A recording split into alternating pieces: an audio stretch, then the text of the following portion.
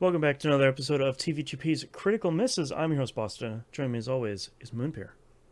Howdy. Back for the big one.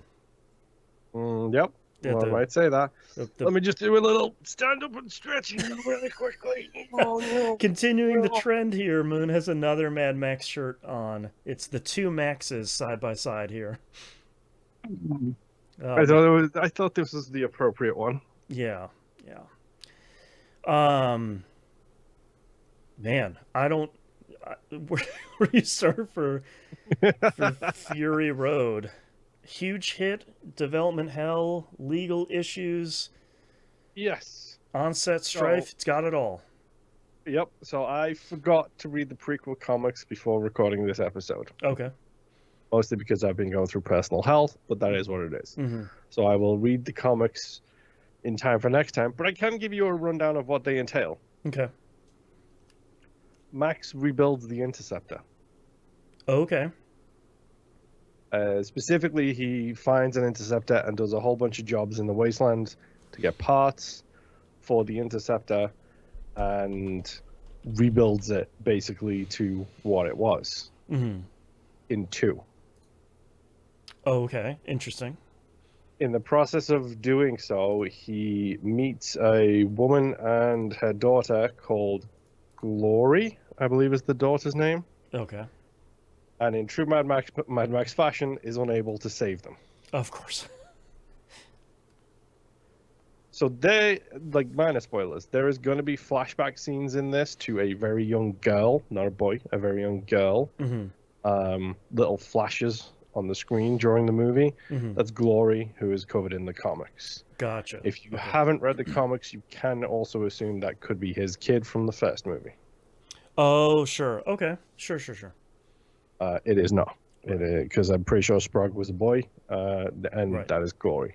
Right. But whatever. Sprague. That's right. Sheesh. Yes. I love these movies. Yeah, ironically enough, the Akira shirt I was wearing last episode, or last part of last episode, it's got Sprague's name written on the car. Oh, that's great. It's got like a sponsorship decal, like it's got like 2 or 3 of those, and a bunch of them are just Mad Max references. Mm-hmm. It's great. So let's get the big one out the way. The T-shirt references this. Mm-hmm. The two Maxes. Right. Everyone has 2 Maxes inside of them. That's right. That's right. They're both looking for guzzling. Yes, they're both looking for gasoline. One has very serious issues. One has less serious issues. Mm-hmm. Yeah. Who's Max? Tom Boston? Hardy. I love him. Uh-huh. Actor Well-known extraordinaire. actor extraordinaire, star of Critical Misses season Venom. Yes. Venom himself. Yes, Venom himself, Tom Hardy. Yep. Widely regarded as a nice guy in Hollywood at the moment. Right. Sadly, we have to say at the moment. That At the way, moment is if the you caveat there. read in on the end of if that, you listen to yes. this in 5 years and you're like, oh, Tom Hardy, man, why'd you do that? Uh-huh.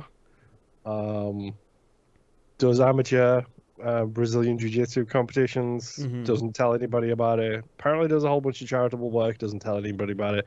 The best kind of charity work. That's right. Who else is in this movie? Charlize Theron.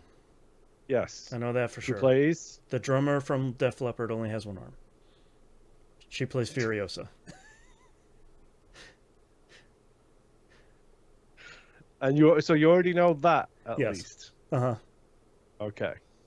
Do you only know her name because of the next movie? Chances are good. No, I feel like when this movie came out, there was a lot of like, whoa, Furiosa's super cool, and that's a fun name. Yes. Yeah. When they had to get Millie Bobby Brown to shave her head for Mhm. Stranger Things, they showed her this movie. Oh, okay. And you're like, hey man, you could be this cool. And she's like, okay. I can be cool And like she is. Charlize Theron. I know you don't like Stranger Things, but I've never she's seen kinda Stranger great Things. in it. I feel no compulsion to. It's not a hatred. It's more of a like, I feel no pull towards it. Okay. Yeah. What happens in the movie, Boston? Actually, we already know somebody else who's in the movie. Hugh Oh, Keen's Toe Cutter. Ben, Yep. who was Tokota, who Yeah. plays. Immortan Joe. So here, let's run down the laundry list of things I know. Immortan Joe. There's a guy that's on top of a thing that is playing a guitar and shooting flames out the top. Um, Oh, uh, you know about Iota? That's yeah, terrible. I hate they're the fact that you spraying know that. the shiny and chrome. They're spraying it. The dude from the second Dune movie is spraying his bald face again. There's The dude from the second Dune movie is Nicholas spraying his Holt. what? He's another He's bald in guy in this Dune. movie. The shiny and chrome guy. The second Dune movie? Yeah, remember he's the gross bad guy in the second Dune movie. No, he's not. Hold on. Wikipedia, help me He out. does not play. He does not play Fade Routh. Yeah, Fade Roth is the one I was Fade thinking. Routh. Who No, plays? that's the guy who played Johnny Cash. It's a different guy. That's they do look pretty similar when they don't have No, hair. they don't. Okay, so Nicholas Holt is the Shining Chrome guy. Okay. Um, Nicholas Holt. Okay. You know about the spray there's paints? Okay. I know I'm going out on a limb here. There's a giant race through the desert, a big vehicle, and there's a bunch of tiny ones. I know it's a little bit wild here. I mean, That's bait is pointing that up. pop culture or is that A little Mad bit, Max? little bit of both. That's Uh-huh. You all right? bait.gif. That's right. Um, Mm-hmm. um, what else do I know about this one? Junkie XL did the soundtrack for this, sort of Mm-hmm. famously, maybe infamously to some. Pa. George Miller was trying to get this movie done since the mid 80s.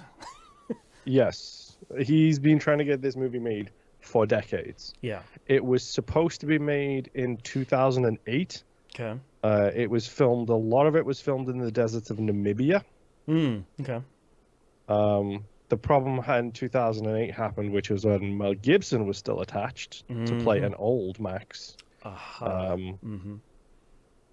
the problem that happened then is they suffered from unseasonable rainfall, Okay. and the whole desert sprung to life in green. Biscuits. That's literally the opposite of the movie. So they couldn't film it for a while, and That's then funny. yes, it went through a whole bunch of different issues. That's so good. Um, yeah, it's great. It's like, yeah, we're all set to go. It rained. The desert turned green. Oh no. Great. Yeah, fantastic. Oh man. Let's see some random fun facts about this movie. This movie was produced, budgeted, and pretty much set to go without a script. Okay. So continuing the script issues of the previous movie. A little bit, well, like they started with a script. Like they actually did have a script when they started filming. It got approved based on George Miller paying, I think it was 6 different artists, and they storyboarded the entire movie from start to finish Wow. Without a script? without a script. Wow. Okay. So he put his vision on boards with artists, storyboard That artists. sounds like more of a Miller thing. After watching these other Yes. movies, it's sort of like How visually orientated yeah, he like is. yeah, maybe it should be. That sounds like that makes sense. He apparently was like an office room, and it was like wall to wall the It's like that entire movie. that office from Prey, just covered in sticky notes. Yes. Yeah. Yeah, 100%. And that's how he introduced people to it. That's how he showed people the movie before they started production. Interesting. Famously, Tom, Charlize, and George absolutely hated each other during the production of this movie. Okay, great. Good start. It was widely. Tom has a tardiness problem. Mm-hmm. Tom the Tardy Hardy, one might say. There's the T-shirt for this season. Yep, love it. He was late frequently, and Charlize Theron is a perfectionist, so she was Sure. At on odds, sort time of and early foundationally. frequently. Plus, you're shooting in the Yes. desert. It's not a comfortable place to be in the first place. Mhm. It's not comfortable. It's not great. And both of them have come out and said they did not know what they were filming. Okay. Like, do you remember the Star Wars, famous Star Wars thing where Harrison Ford said to George Lucas, "Hey, you can write this stuff down, but you can't make people say it. Maybe, Yeah. say it out loud first before you write it down, because some of this sounds absolutely stupid." Yep. A famous Harrison Ford line. Hmm. They felt that way about this movie and basically said to George Miller, "You're an idiot who don't know what you're doing." Okay. Okay. All right. And then after the premiere, they both said, "Yeah, we were complete a-holes We might have been a little too aggressive about this one. to each other, to George. Right. It was a rough, The desert makes rough monsters shot. of us all. 100%. Yeah. Like, They're and- living Mad Max. pretty much, yes. Yep. It was fraught with problems, we'll Right. say, both pre, post, and during production. Yeah. I don't want to talk about the lawsuit that happened before this or the lawsuit that happened after No, this they're about like- the Hollywood accounting. They are incredibly complicated lawsuits, and we can't even begin to scratch the surface. Like, I'm sure there's Yes. very well written coverage. I of mean, that just out there. in general, go and do some research on Hollywood accounting and how it's basically a tax scheme. Yeah. Yeah. Please see HBO's current plan of destroying what they create. Right. Yeah. And George had problems with that, which is why it took almost another 11 years, Yeah. or 9 years. Movie came out in for the next movie. 2015. Yes, so Yeah.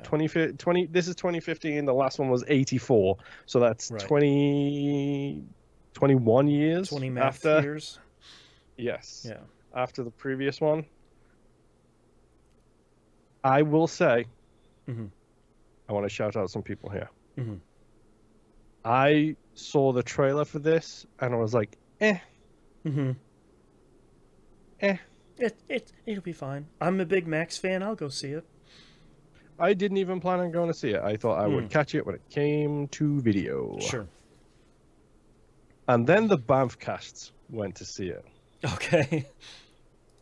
And the Banffcast did a spoiler cast for it, I believe. Okay. BMFcast.com, if no one has listened Yes. to. Friends of the show, the Banffcast. Yes, and I'm pretty sure that episode opens with them saying, "Yo, stop listening. Go see this movie Right. right now." And then come back in a couple hours and we'll keep talking about Uh-huh. it. Interesting. So I did. And I get it. They were right. They were right. They were 100% right, and thank them for pushing me, a Mad Max fan, Right. to actually go and see this in Right. the theaters. Watch it with headphones if you can. Mhm. I know you have a particular situation sometimes where you can't, but ideally, big screen, headphones. Yep. I'm going to get the no CG out the way right now. Okay. It's George Miller Hmm. making a Mad Max movie. I'm not going to sit there and use the marketing spiel of like, "Oh, there's no CG in this." Every movie has CG in it, whether Yeah. you want to admit it or not. It's just a Everything way has. of life for... Go look at the special features for Lord of the Rings and watch look at the color grading that they did on the forests, Yeah. because it was filmed digitally and you can do color grading on digital film, which is Right. very useful when you're trying to do a lush elven forest or, I don't know, a desert wasteland. Right. There is a lot of CG, Hmm. but it's not the kind of CG that you think that is overused these days. It's more touch-ups. It's more Right. this It's color not the grading. fast ampersand furious CG where it's like, ooh, boy. No. You CG'd the cars? That's the point, man. Yeah, it's not that. It's more the Fast 5 CG where it's like, okay, Okay. okay. Yeah. Okay. There is a lot of practical stunts in this movie. One would hope. One would hope. One would assume it's George Yeah. Miller. From what I understand, since this movie has filmed, the lead stunt guy for Tom and the lead stunt lady for Charlize have gotten married and now have 2 kids. I have believe. heard that. Yep. A true And love story.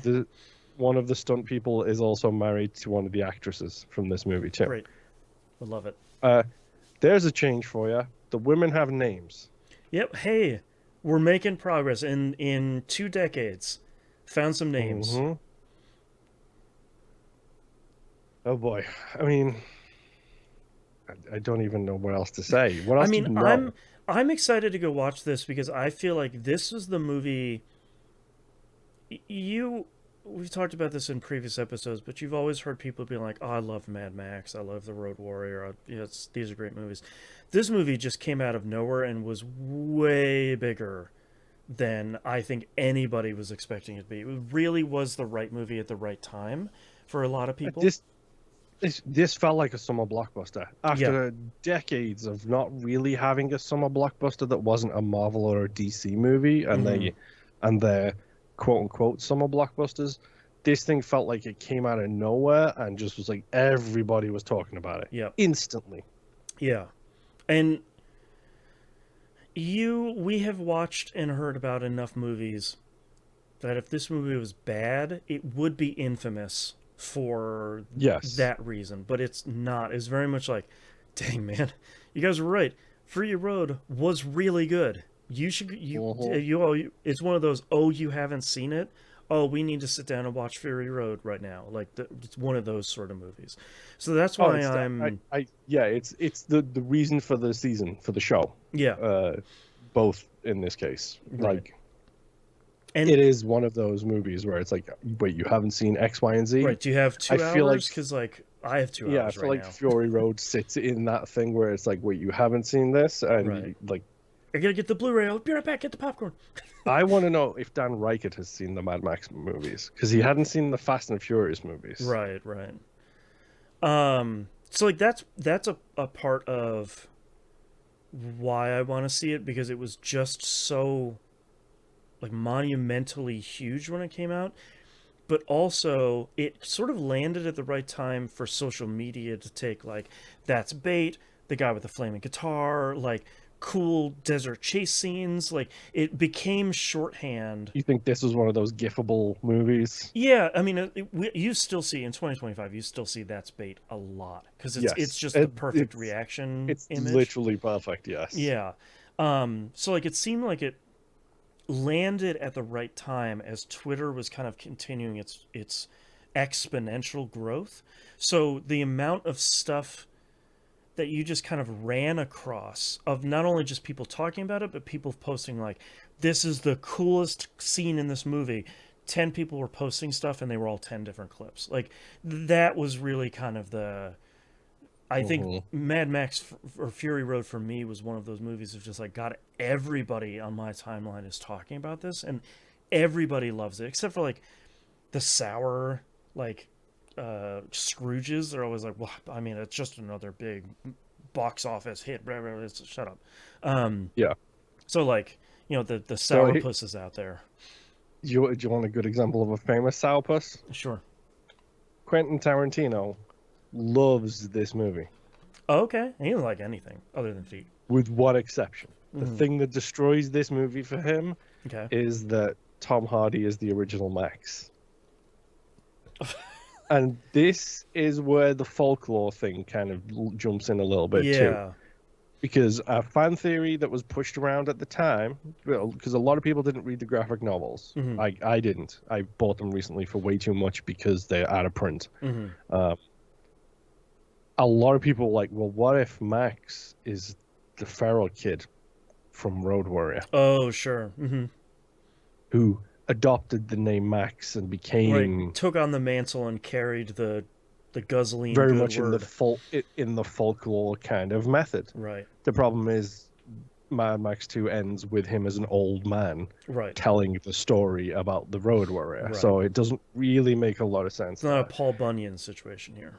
Yeah. I mean, it's also like technically it's a reboot, but it's not a reboot. It's a continuation at the same time. It's a Right. really difficult thing to slot into the timeline. If you're thinking like chronologically, it makes sense that this takes place after all of the others. What Mhm. doesn't make sense is Max is not an old man. Right. Which, like I said, the original plan was to have Mel Gibson as an older version of Max. Right. And like Which, it's the sort of thing that people are always like, it's we see it a lot now of like people are making CG versions of characters that are older. They're showing up. You saw this in Tron Legacy, where it's like, you just cast somebody different and just say, "Yep, they're still Max. This is still Max." The movie just took 25 years to make. Mel Gibson is older, and etc. etc. We're just Hmm. casting another dude. It's just still Max. So, So some people before mm-hmm, the the correct hatred of AI, uh-huh, generative AI, I should say, mm-hmm, thought it would be a very cool idea to take an AI Gibson and mm. stick him in this in one of the important scenes. Oh boy, And it works. I've seen the footage. It works. But sure, also at the same time, that's not Gibson at the age he was when this film was recorded. That's right. Gibson of Road Warrior age. Also, you And it's like, destroyed an entire lake's worth of water just to put Mel Gibson in a movie he wasn't in. yeah, exactly. Yeah, So it's stop it. like, yeah, maybe let's not do that Right. anymore. Period. Please. Thank you. Um, I don't have an issue with it. Sure. I don't I don't care. In my head, it's the original Max. Sure. Yeah. But also in my head, he apparently lives forever. Yeah. Is what The I've learned. Road Warrior never dies. He's a Disney princess. That's right. You know. The Road Warrior is still out there, fighting Mhm. a fight he didn't want to sign up for just for some guzzling. Yep. Yeah. Exactly. And like, I don't know. I'm very curious to see how you fare with this movie. This is the one I've really been looking forward to as like the from the outside looking in, like the real high watermark of this Hmm. series of just like, yeah, man, Fury Road. Whew, that's a heck of a movie. Like that's the one. So I'm Yep. very excited we're here watching this. I'm the thing. I pay a lot more attention now to actors' performances with facials than I ever used to. I used Mm-hmm. to. I love a good lyric. I love a good wordy thing. Like words are weapons. Like that's the Right. thing that I love is wordplay and word usage. I'm gonna be looking at it this time, and I've always been aware of it. I never really paid attention to it. Was something I talked about with Road Warrior. Actors' performances without using dialogue, like their Right. expressions, their body language, things like that. I'm a lot more in tune with that these days than I ever used to be. Mm-hmm. Go listen to The Wayward Sons when I point out how amazing Sam's forehead acting is. Mm-hmm. Um, like I'm a lot more aware of that now than I ever previously was. And the two people on the poster for this are two people who are very good performers with their facials, with their Yes. recognition, with their body language, not even necessarily saying stuff, but just with the way they look, the way they feel, the way they act, the eye movements. Like Right. they're two people who are very, very good at that stuff. So I'm very curious to try and take it a little bit deeper this time with myself and see just how good their performance is just on that side of things. Yeah, like kind of looking at it through a different lens this time. Uh-huh. Yeah. Yeah. I don't know what else to say because I mean, honestly this is just the want to go one, watch right? the movie. Like this is the one. Yeah. This is the one. Like this is the one you're working towards, really. Um all right, that's all I got, I think. I just want to go watch it. Okay. All right. Let's go watch the film. Come on, fool.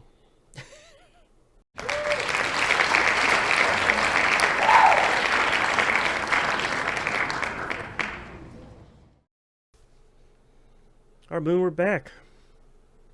We are indeed. Wow. It's Wow. it's a little hot in here. Okay, Hold on a minute. Oh. Moon's gonna show a shirt off here. It's Max, like comic book styled Max here, a jacketless Max. Holding the chain out with the shotgun pointed. Ah, okay. One of Man, my favorite pieces of like fan art I've ever seen in my life. it's a hell of a movie, Moon. Yeah, Sheesh. dog. Man, Fury Road kind of hits, right? yeah, yeah, yeah. I I have sort of I was laughing at myself while I was watching this movie. I've sort of celebrated throughout this entire season the incredible chase scenes that start and end all of these movies. And Hey. How about we just make one a movie? yeah, how about we just make a 2 hour long one? And I was like, Uh-huh. yeah, man. That's pretty Mm-hmm. sick. Yep, yep, yep, yep, yep. Um, I really like the shot at the beginning of the movie with the two-headed lizard. Uh-huh. And Max, the interceptor in the middle of the desert. mhm, just like it's the same sort of shot as that helicopter shot from Thunderdome, where it's just sort of like you don't need to explain. We'll get into this more as we go on. You don't need to explain any of this. Just show it. Mm-hmm. There's a two-headed lizard. That ain't right. Stuff's bad, Yep. man. And Max eats everything it. looks a curious shade of orange. Yeah, Max eats the lizard with no Mm-hmm. hesitation. Stuff's bad. Kills it without looking at it. Yeah. And, eats it. And, okay, there is a 45-minute cinema wins on this movie. Okay, I gotta go watch that. Anybody who's seen the movie, I recommend you go see it because he points out stuff I wouldn't have noticed. Mm. He correctly points out that like at the start, Max number one, Max is doing the voiceover Mhm. for once. As the world fell, each of us was broken in our own way. Great Mhm. line, credit to that. But he does this head snap, and then he rushes, gets into the car, and takes off. Yeah. And you don't hear the War Boys' engines until it goes past the camera. Then you hear their interesting. engines. Huh. I so I forgot to mention something for the two previous movies. And I think it really more so in this movie kind of rears its head in a way that I think is really interesting, that if you chart as time goes on throughout these movies, the kind of like real world fall of the world across all these movies, I really like how more and more people get drier. Like their lips get chapped, they get sores, they it's very clearly like we're rationing water and food more aggressively as time goes past. And I like that the Yep. War Boys, because you start seeing that in the second one, it's even more so in Thunderdome. But I like the War Boys are like the logical end of that. Of like, these are the dustiest, driest Sickest. army of dudes. Uh-huh. And it reminded me that I forgot to mention that in previous movies, because you start noticing it a little bit, like people's lips are cracked in like Mad Max 2, and then 3 And it's Nux's lips in here are just gross as hell. yeah, like you can tell they've been chapped for about 10 years. Like it's things are real bad. And I like too, before I forget to mention it, I like that the War Boys are kind of the logical extension of the feral kids from the last movie, where they have their own language, they have their own sort of like misunderstood Law. They have their own religion. yeah, like their religion is like all these misunderstood like hangers on from culture that has been so far removed from what it originally meant. Yes. Misunderstood, but also deliberately not corrected by someone like a Yes. Morton Joe who uses it to his advantage. It's very much a control thing for Joe. Yes. Yeah. Again, Cinema Wins pointed this out. It's not enough to die killing your enemies. Mm-hmm. You have to be seen dying to kill your enemies. It's a self-perpetuating flow Exactly. of this whole thing. It's the world building in this without actually doing much world building is incredible. I almost swore. It's This ridiculous. movie makes me want to swear a lot. And like I think this, especially coming off of the first 3 movies, which I've really liked, but so much of this movie really plays to Miller's strengths and really downplays a lot of the weaknesses. Like a lot of the dialogue in this movie is good, but it's short enough and vague enough that you're gonna fill in the blanks by yourself, and there doesn't need to be the only like outright exposition, like you said, is Max's intro at the beginning of this movie. It's just like, you never seen a Mad Max movie? We destroyed our world. Anyways, we're gonna show it to you now. And I think that is That's It's incredible. so good. And Yeah. I love the fact that it's like, hey, the Interceptor's back. Hey, the Interceptor's gone. Immediately. Like the Interceptor and his jacket are both gone. Like Mm-hmm. he's really stripped of everything that kind of makes Max Max in a way Yep. that He is wearing his knee brace still, though, for the true, record. true.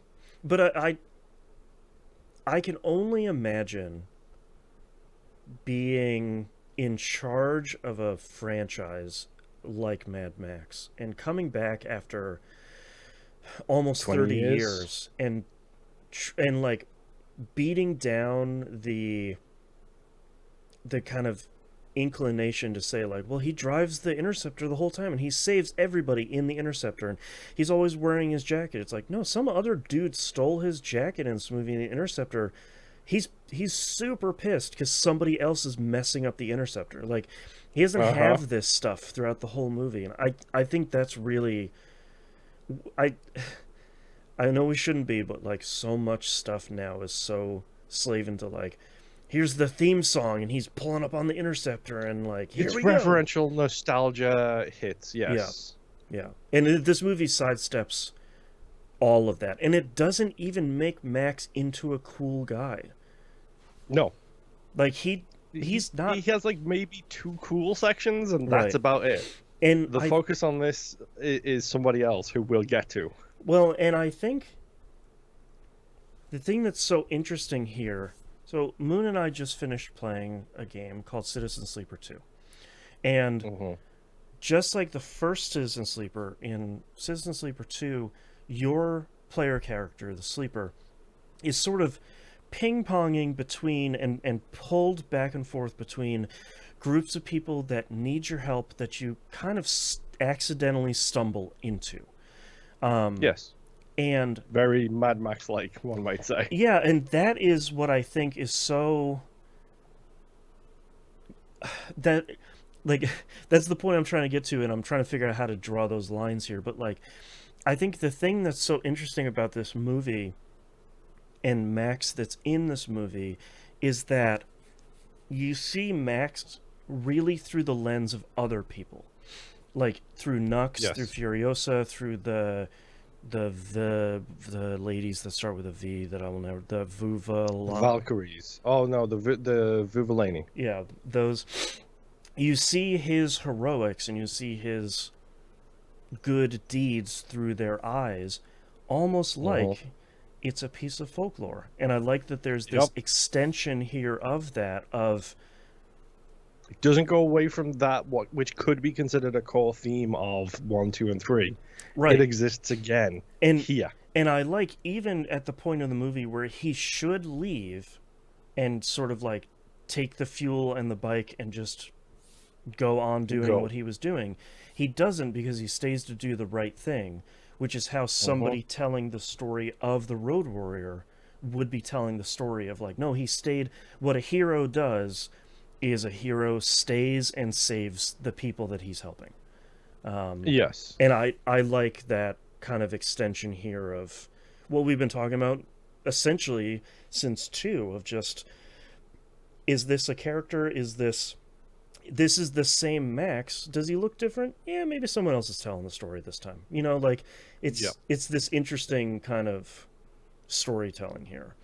So my favorite thing, which I literally completely forgot about until you just mentioned that Dan. Mhm. When I was in high school, my English teacher explained to me the best stories are not the stories that take place during the day to day. Right, The best stories are all fiction, all everything like that starts when things change. right, That's where the best stories take place, is when the change starts to happen. You right. give a little intro to regular life, then a big change happens. That change is what causes the story that follows. Yeah, in the hero's Um, journey, it's the thing that pushes the hero to start some sort of exploration or a quest or something like that. And like Max's everyday life is boring. Yeah, He's driving and trying to survive. yeah, He's the only one who runs from both the living and the dead. yeah. Which Just great. uh-huh. Mm-hmm. Um, What did you think of the the haircut and the tattoo scene, because I love this sequence. Also, shout out to my main man, the organic mechanic instead of Oh the my god, doctor. that's such a good. I didn't. I caught it in the movie and I forgot about it. And when I was looking at the cast, I saw it again. I was like, man, if that's not a Mad Max name, I don't know what else is. Like, Hmm. um, I really like a lot of these kind of montages.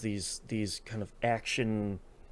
It's almost the inverse of the gearing up scene you'd get in a lot of these movies. It's kind of like the stripping Max down kind of scene. Um, I really like a lot of that.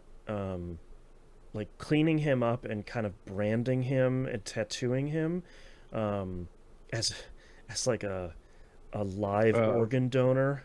Uh, yeah, blood type O, which is universal donor. yeah, just It's great. yeah, It's, it's so good. it's I so good. just and I think they do such a great job. I think introducing you to not only the War Boys, which who like kind of don't need that much of an introduction because you kind of get it pretty quickly, but the introduction to the Citadel and Immortan Joe kind of hand in hand at the same time, with Immortan Joe kind of getting himself like he's getting dressed for war. The pro wrestler. It's Yeah, all about the gimmicks, baby. Approach to leading everybody. right. He is a tyrant who knows how to work a crowd. Yeah, and like I like the shot of him walking away from a pool of incredibly fresh water was just sort of Uh-huh. like, oh, okay. He's got the stuff, man. Like he's and then just turning that like the ship's lever of the Yeah, the system and controls. and unleashing a torrent of water and then showing how Uh-huh. quickly he controls that. Um, Do not, my friends, become addicted to water. his aqua cola, as he calls it, which is Uh-huh. really good. I just like the names for Mad Max stuff. I can't get enough of this. And to Like, think it all started with gasoline. it's, to hear like to hear everybody in this movie say guzzling is really great. I'm just like, you got Charlize Theron to say guzzling. This is incredible. Like, you can do anything. Bruce Spence, man, no matter what, his Yep. his legacy will live on through gasoline alone. An indelible mark on cinema. Um, Hmm. and I really like, um, again, we The talked about, introduction of Furiosa. well, Oh, almost, but what I want to give this movie credit again, just like we gave it like a worried credit in the last movie of showing people with disabilities in roles where they're not made fun of and yes. they're not there to be pointed and laughed at. They're not there to be like, oh, look at the gross so and so. They're just people, man. They're People. just Yeah. Joe's children that are trying to There's a run the Citadel. Yep, And which again is law building itself because you yes, have the person who hasn't got the right brain in Rictus, right, and you've got the kid who's got the brain but doesn't have the right body right. in I can't remember his name. Oh, he has a really Um, long name. he Um, does. yeah, I never remember it. Let me see if I can You find it. don't meet his third son in this movie, Scrotus, who was Hmm. in the video game. Oh, okay. What's his name? Who knows? Rictus Erectus is the muscular guy, and Yes. because I want to give him a shout out because the actor unfortunately passed away a while ago. Um, Is it Corpus Corpus Colossus? Colossus, yeah. Um, the Yes. guy, Quite, yeah. his son who Quentin can't walk. Kenihan, who is incredible in this, and Yep. from what I understand, he did so much positive like outreach and visibility and awareness for people with his specific condition too. Yeah, that's great. So I want to give a special shout out there. But yeah, we very quickly get introduced to Furiosa, the main character of the Who movie. doesn't have an arm, by Right. the by. And like the two main characters of the movie, Furiosa and the Rig, Yes. who, man, they built that thing, dude. They They built built that they thing, man. built the Rig, dude. I want that thing. It's too big for my backyard, but put it in the backyard, man. I look. There's some CG in this movie, like we talked about at the beginning. There's one particular shot of bad CG in a way that sticks out maybe a little bit too much. But man, they built these things. They built these things and they raced them through the desert, and it looks incredible through the whole 2 hours of the movie. And from what I understand, it's basically about twice the width and length, like cab alone, not including the trailer, cab alone of a regular 18-wheeler. God, it's so cool. And just like the wheels have spikes on them, like serious spikes. The bottom of the belly of the thing itself has incredibly long, almost bloody looking spikes coming out of it. This is a thing that isn't the V1 of this rig. This is the 10th one they've made because the other ones weren't making the deliveries between the different towns. Like, this thing is just, this is the thing that they built for war, and it's been like battle hardened, and I think that looks so incredibly cool. And you could tell the crew are battle hardened too, because Ace is one of my favorite characters in this. Is Ace. He is the second in command to Furiosa on the war rig, who I believe was an actual Australian or New Zealand military person. Okay. And he basically took the role on of Ace to all Warboy extras, and he was like, "Yeah, we'll keep these boys in ship-shop shape," and he basically ran the Warboys section. Great. He also did security for the set as a whole, by the by. Dang. He's tough. But I do like him spider crawling all over the rig to 100%. give, because the thing that I think is so striking from this movie overall is again the lack of technology. There are no radios because they don't work. If you need a battery, if you need some sort of technology, they don't work, man. They have binoculars. They sometimes have guns that occasionally work. They have lights that flash. Right. They have flare guns. They have crossbows still. Those work for sure. But they don't. He's gonna crawl and shimmy himself all over this thing because that's the fastest way for them to communicate. It's again such good world building. It's because he's the one who's giving the speech when the rig is getting loaded. Come on, crazy war boys! Yes. And all the war boys repeat what he says. It's fantastic. I love it. It's really great. And he's the one who shouts the orders down the line, and then you hear the orders get shouted further along by everybody else. I love it. Just watching the Citadel load up the rig is so good. And then the war rig leaves and it heads to Gastown, which fact that I want to talk about all of this. Go ahead. To me, it looks like a cake run is the thing I wanted to say, where it's one road. Yeah, you just head to the other town. You trade some water and some mother's milk, barf, to the other town, and food, and some food, and they're gonna give you what they have. I love in this movie these two disgusting humans in the People Eater. 3. Well, okay, I'll fill in the third one in a second. Between the People Eater, the guy who leads Bullet Town, which is the Bullet Farmer, and who's the third one? Immortan Joe. Oh, sure, Immortan Joe. But I love, you call a dude the People Eater, you don't need to explain anything else. And he runs, and you say that this is the God, who's the other guy? The Bullet Farmer? Yeah, Farmer. The Bullet Farmer. He wears a wig that's made out of bullets from Bullet Town. That's all you need to tell me. I know what he does. His steering wheel is entirely made of shells. Yeah, to me, that's the ultimate Mad Max thing of just look at these two horrible people. You can only, you know what this bullet guy does. Don't worry about him. People eater, Mm-hmm. you can figure that out. I'm gonna leave that to you. Yep. But like, they run these two towns, and between the three of them in this like nightmare triangle, They have everybody's everything they need to hold people down. yeah, and like everybody will kind of eke by survival wise, while the three of them kind of continue to get stronger and bigger and fatter and more powerful. I'm not going to use the word oligarch, but I'm 100% going to say these are three In oligarchs. 2025, you can say that. That's fine. Yeah.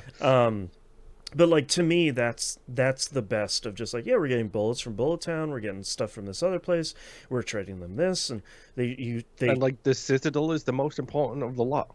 right, because it has food, like fresh food, It has it has water. clean water, it has mother's milk barf, and it has like a bunch of other, like it's very clearly the production part of it, but they don't Mm-hmm. have the other two. They don't have the bullets and they don't have the fuel.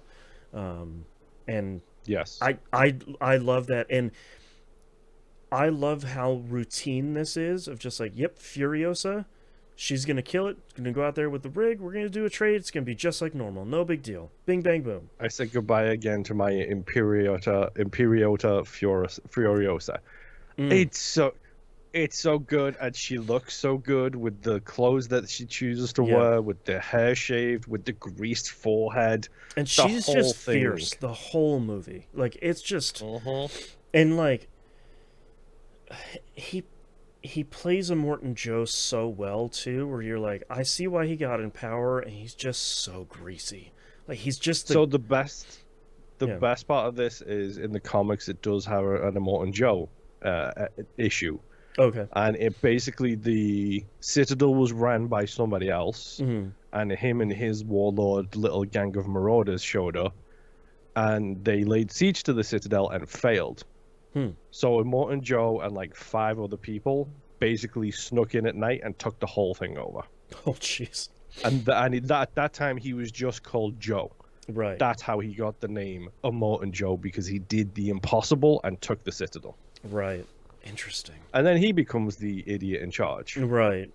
Well, and I like that part of his frustration when Furiosa kind of goes off script is he. So I need Okay. to point this out. Go ahead. Like it's a straight road from Yeah, one it's- place it's- to the next. I mean, there's literally nothing else out there than sand. You just drive in a straight line.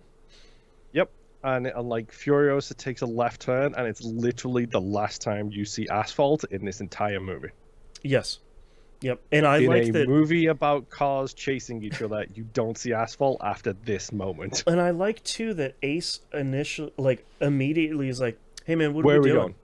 And she's just going like, "Oh, we're taking a quick detour." And he's like, "There's a half of a pause," and he's like, "Okay, I'll pass it Interesting. down the line. yeah." Like, there's this hesitation of like, you know what you're doing, probably. It shows the trust that he has in her, though, as the Right. leader of the war rig. Right. What exactly has she done to get this trust? Is a question that is From never like answered. any of the war boys, like, it's terrifying. But I like Yes. that Immortan Joe immediately knows that something is wrong, and is pissed. Oh, it's his kid. I forgot his name again. Never gonna remember. It. Corpus Colossus. Yes. Yeah, Who 'cause he spots it calls with out, the like, telescope. She's going off the path. Did you know about this? She's taking it. She's going the wrong way. Did you know about this? Mm-hmm. And the beat like of Immortan Joe looking down, seeing it, and then being like, "Uh-oh." Mm-hmm. And then he immediately goes to the worst place in the movie. I had no idea where he was going, and he Uh-huh. like storms through the. This is such a fascinating series of shots because he has the mask on throughout the majority of the movie, and you kind of always hear the like bellows that he has on around his neck, kind of pumping in and out through the whole movie. And the amount of acting he's doing with just his eyes is so good throughout so much of this movie. Toe cutter for life. But him storming through the Citadel, I was like, I don't know where he's going or what he's What doing. exactly are you panicked about? Right, Like, and him like it's opening. such a good, I will say it's such a good reveal if you've never seen this movie and you don't know what's I the had actual no thing idea. that is at stake. And for him to It's like such a good open the reveal. vault and see the long hallway down the vault to the piano, and I was like, what the hell's going on? And then seeing all the writing on the walls and seeing like a much softer space than the rest of the Yeah. place. And We are not things. Our children will right, not be oh my warlords. god, like who started the war? Like, Uh-huh. and just putting it together of just like, oh, this is a school. No, no, it's definitely not. No, Yeah, this nope. is somewhere very gross. Um, Yep. yeah, and I I mean, do you want to tell the listeners who haven't seen this movie? By the way, go see this movie if you haven't. yeah, Just just as go an aside. just go watch the movie. It's an incredible straight 2 hours. Um, but like I I love the woman that's left, who's said like their keeper slash teacher, just sort of Miss being Giddy, yeah, just who being is the first woman of the histories. That's what all the yes, tattoos are. It's the right. history. That's so cool too, man.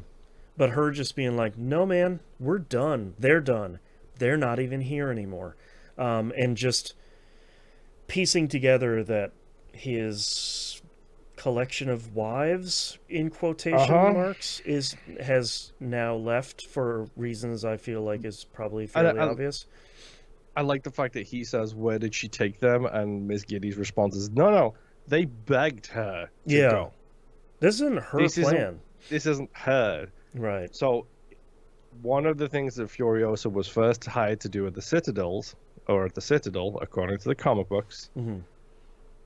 was protect the wives from Rictus. Ah, sure. Yeah. So that should give you an idea. There's a shot later on where there's so much hatred when she sees Rictus appear for the first time. It's like, yeah, now you know why. Well, and It's don't forget, because their chastity belts that have teeth on them. we'll get to the best shot, one of the best shots in the It's movie in a little bit. such a great shot. But like, I really like the The kind of reveal like, of them crawling through yeah, the the like hidey hole and area under the rig, not in the rig, uh-huh. like I was sort of expecting it to be. I thought the inside of the rig would be like a Mad Max 2 sort of thing of like, no, it's just they're hiding Yeah. out in the belly of the actual So truck. they're in one of the compartments inside Right. of the big trailer that's full of food. Yeah. That happens to have an access hatch that goes between the main entrance and there. Yeah. Yeah. And yeah, we get literally. We'll talk more about them later, but literally the reveal of one of the supermodels Yes. as she sticks her head into Furiosa and is like, "We can't breathe," and she's like, "What? Do you not know where we are?" Get back in there. What's wrong with you? Uh-huh. Yeah. I And yeah, Joe summons his boys yeah, the war boys as are the drums start playing. yeah. Everybody starts suiting up, praying And V8. poor Nux is running on empty. Yeah, kind of the not the strongest fighter and not the healthiest state here. And isn't going to go out to hunt down Furiosa. Yep. And his lancer Slit, by Mhm. the way, is his name. Yeah. Hence the face on Right. him. Uh-huh. And he does this whole thing where it's like, no, look, I don't care if I'm gonna die. I want to die in glory on the Fury Road. Right. I want to see the They said- gates of Valhalla. Uh-huh. Yep. Uh-huh. And he's like, okay, yeah. I got my blood bag. He's a raging feral. I'm all getting Blood filled up bag with is feral so blood. good. Mm-hmm. Yep. And he's like, we'll take him, hitch him up to the Lancer's perch, Yep. and then I'll be good to go. And then Yeah. he headbutts Slit, and you get the flash too as well, which I Yep. like. And Slit agrees, like, yeah, okay, let's do it. And the organic mechanic's like, right, oh, in a very Australian Yeah, manner. just sort of like, hey man, you fought it out, whatever. I don't really care. Uh-huh.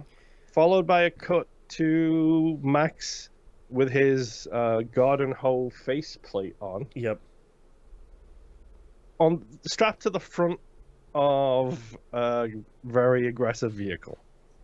I There's so much I love about the design stuff here. His Uh-huh. mask is incredible, and like how tight it is on his face and how much it covers so much of his face. I think is really impressive.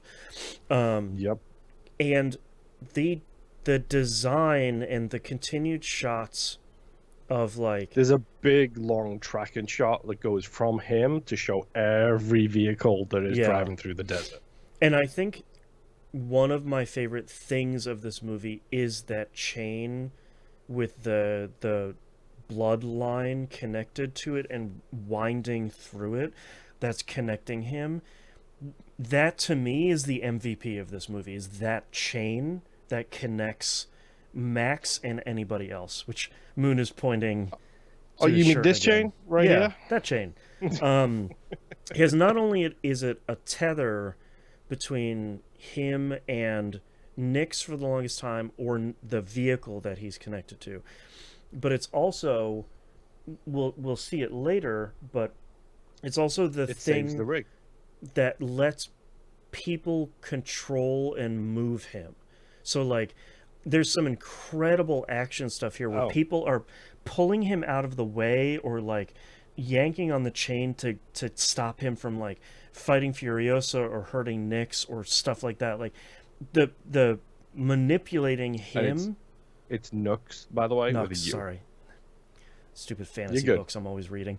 But like manipulating him and moving him around with this thing Uh-huh. was so good. It's almost like stuff you would see from like a kung fu film where it's just like Yes. manipulating somebody through something else. I think that's really strong, really cool throughout the whole thing. Uh-huh. Now, so you get the full reveal here of the war party as it Yep. leaves, and Nux drives next to the. I don't. They have names. I don't know the name of them all, but he drives next to a Morton Joe's big old car, Yes. and like Joe glances to it to his left, and the This is such a the good scene. rapture Yeah. on his face. He's like, he looked at me, and then Slit's just putting him down. So it's like, nah, Slit just man. puts everyone down. He But was scanning the horizon. that's one of my favorite lines. He's just scanning the horizon. No, he looked right at me. He Uh-huh. looked in my eyes. It's like, nah, man, you're no, come on. He wasn't looking at Yep. you. And he does the old I am awaited, turns on his little fuel valve Mm-hmm. and guns it Yep. and just goes way ahead of everybody. Now, did you catch the going back in critical misses here? Mm-hmm. Did you catch the Fooly Cooley reference, which was actually a reference to Mad Max here? No. In the newest seasons of Fooly Cooley that we did, Mm-hmm. when they're doing a car sequence, the woman does this with her hands, Like steepling your hands. yeah, she does the V8 symbol, which the War Mhm. Boys all do. But then she takes the steering wheel off and holds it through the top of the sunroof, Oh, yep. which is a direct reference to Nux here, as Yeah. he pulls the steering wheel off and holds her up as he just floors It's it. such a good shot too. Like, The just- Church of the V8, man. and like, I want to mention it too before. I don't know when else I would have a chance to mention it, but in this movie too, there's so many great shots of Furiosa hitting the gas pedal on the rig, which is just one of those foot sizers, and like, A Brannick device. yes, and like hitting it and locking it in place, and Uh-huh. seeing her just like jam on that thing and having it locked in there is just It's real such good improvisation. yeah, It's really good. man. Yeah, that's when we get the buzzard fight, which we're coming up to right now. Where Furiosa, they're like, oh, Ace is like, yeah, do we want to just turn him around, run him into the backup? Like, is that what we want to do? Yep. And Furiosa's response is, no, we fang it. and they take up, like, I love the maneuvering here as they all reorganize themselves Yep. into like offensive and defensive positions. It's so good. The buzzard fight is great, I will say. It's The really good. buzzards, the buzzards are the ones with all the spikes on them. That's the buzzards. Yep. Such It's a a really good good design. sequence. And like it's such a good design of like they have figured out a way to make that vehicle, which is largely like a VW Bug or an ATV or something. Uh-huh. Like it's It's not, literally a bug. like they just put giant spikes on it and it's impervious at that point. So what do? They put like bombs on sticks and start throwing them at these spiky VW Bugs. It's so good. Uh-huh. Oh my god. He's a Lancer, but the Lance also happens to have, TNT strapped to the front of it. And it's just like, it's the most Mad Max stuff where it's like, I'm not going to use guns because we don't have bullets and they're unreliable in the desert. I'm going to use a crossbow. I'm not going to Uh-huh. like shoot them with rockets or anything because we don't have them. I'm going to throw like a fishing lance bomb at them and blow up their car. And again, Ace and Furiosa, great moment when like the big old buzzard comes up to the side of them, is trying to chop away at the wheels and stuff. And Ace just shouts, "Ready!" And then this is when she jams the Braddock device and swings out the door. And Ace fires a crossbow explosive and she fires like a hand grenade launcher explosive at the same time. Yep. And just blow up that car entirely. Yep. Got some incredibly cool stuff in this. This great action scenes in here. Also, Furiosa, credit where it's due for the avoiding the spike pit at the start of this chase too, with a humongous 18-wheeler. Yep. It's a terrifying great. spike pit. Yikes. It's fantastic. The fight is great. We do get our first witness. Well, technically it's our second witness because our first witness was at the very, very start of the movie in the Mad Max chase throughout the Citadel. True. One of the war boys falls out the door and goes, "Witness!" as he falls into the floor. One. But we get our first spray witness, we'll say. Yeah. If people don't people don't remember when this movie came out, War Boys was like the Halloween costume for that year of people just spray painting themselves silver and going shirtless, wearing bald caps. I can see why. This is like such an impactful set of characters and such an impactful way for any of them to go out. Oh yeah. And it's a great reveal too of like they're literally huffing paint. Right. To give them that extra like surge of like the guy's got an arrow through his face. Right. And he's just like, I ain't done yet. And he literally does a suicide dive off the top of the rig with two Lancers to land on the big old truck behind them and explode it. And I love the fact that after he's done, everybody is doing the V8 symbol with a little bowed head, except for Slit, who says it's mediocre. Slit is such an a-hole. I love even like later when Immortan Joe is like mediocre. It's just like that's such a good insult. It's the biggest insult you could have for these outsized people of the War Boys. So good. So I don't know. A lot of them have been removed at this point. Were you aware of the Amazon review bombing that happened around this movie? No. The spray that they use is a cake decorating spray. Oh, okay. So it's like edible spray paint, essentially. Yes. Sure. Essentially, yes. So it's a spray paint that you spray on cakes to give them silver flavor. The silver version of this one particular brand got massively upvoted in reviews, with a bunch of people posting reviews like they were War Boys. Okay. That's and it really was like, great. It was like, I live, I eat, I live again. And just like all of the iconic stuff from the movie was just in these reviews for this silver spray paint. Oh, it's so good. They didn't know what was happening. It was hilarious. That's great. And it was like it feels bad because like most of it is gone now. Hmm. But there's still like there's some screenshots and stuff like that out there that are just absolutely hilarious, where they make the deepest cuts that you can possibly do. Hmm. And I will feast in Valhalla, for I am shiny. Like That's so good. it's fantastic. It's great. I love it. Uh, I find them coming together to do something that's not wholly negative for Right. once. And It's having just fun for a little so bit. good. Yeah. Like, oh, what a spray! What a lovely spray. Oh, that's pretty good. Yeah. That's a great one. Like, it's just yeah. Google it. Like, see if you can find some screenshots of it. If you're listening to this and you're interested, It's a good time.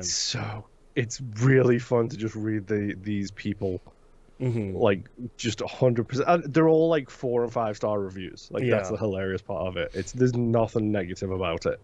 It's just yeah, okay, great. Thank you for just review bombing the most random stuff on the Right. internet. You big strange bunch of people. Is this where they go into the sandstorm? Yes, this is Wow. my second favorite scene of the movie. One might say. The like The music, by the way, we haven't mentioned it. We did see the reveal of Iota at this point already with the wall Yes. party, with his guitar that the shoots the flames. blind flame guitarist. Oh, he ain't blind, dude. He's wearing the mask of his mother's face. Oh, naturally. Sure. You know, How could I get in it Mad wrong? Max, you know, in full Mad Max tradition, kind of Right. thing. Um, Yeah, So- the sandstorm. Wow. the the blue flashes here, Uh-huh. it really sets it apart, because I feel like normally people would be like, yeah, it's just orange. It But looks it's like it's interesting because like the bottom of it looks like a regular sandstorm, right. but the higher you get, like the colors change and everything. So Yeah. it's like it's just like dusty orange at the bottom, but it's got like reds and oranges and yellows all as Yeah. it gets higher and higher and higher. And you have these And like again- blue lightning flashes. Yeah, That's so the good looking. like the shots, like the angles used to show the scale of the thing, because the Yeah. rig is about this big in the front of the shot, Right. and this thing takes the entire horizon away. And just seeing these like, the rig being like an inch high on the screen, and just seeing these impossibly large spinning cyclones of sand, like, Mhm. and there's not just one of them, it's 2 or 3 of them, and you just get these glimpses of the rig as it kind of tries to maneuver and escape Joe by going through this nightmare Mhm. area. It's so good. And like the score, I think this is the first moment where the score steps up a game. Yeah. It's been good 'Cause so the- far, but this is just like, oh Yes. dang. Okay. And it's almost all diegetic as well so far too. Mhm. Like they do a lot of diegetic score in this. Like when you hear the drums, because it's the guys on the back of the doof wagon with the Yep. drums. Yep. When you hear the guitar, it's because you see Iota. Yeah. Like it's mostly diegetic, but then this moment is just I love the way the music rises as you see that storm for the first time, and it's just Mhm. like, hey bro, this is a hell of a movie. Yeah. It's so good. I like that Nux is kind of the one to brave the storm and see the rig, and his immediate reaction is just, I'm gonna go chase it down. Like a Uh-huh. dog chasing a car is just like, I don't care what happens, I'm gonna go get it. Yep, and Slit has already fallen off the thing at this time because they had to flip Max to the back to counterbalance the fact that there was an empty wheel or a Mhm. dead wheel from the buzzards. So Slit is already gone. He's fell off the back of the wagon, whatever. Max is and barely I love the holding fact on. that- yeah, Nux turns around and says, "Witness me, blood bag." Such a good line. Is this where he starts filling the car? Yep, this is where he undoes all of the gas tanks, all of everything. He's hit the nose so he can get in front of the rig. Mm-hmm. And So he's gonna go in front of the rig, and I'm assuming back into it and blow himself up to try and stop the rig. Right. Essentially, is the plan. Now that his And this car is is also where, filling with fuel. yes, and this is also where Max is like using that chain to try and smash that window at the back, Right. and he's doing everything he can. And then yeah, he climbs on top and grabs the flare right as he's about to drop it, and Furiosa just hits the gas and runs them straight off the road. Yep. Oh man. How long? Oh, we've been recording for a while. Okay. Yeah, dude. Yeah. There's. It's gonna be one of those episodes. Yeah. Man. There's a lot. Sorry, Nimp. You're gonna be waiting for a little bit. People, like, it cuts to like Max waking up in the desert. Yeah, like covered in sand, like has happened at least one other time, and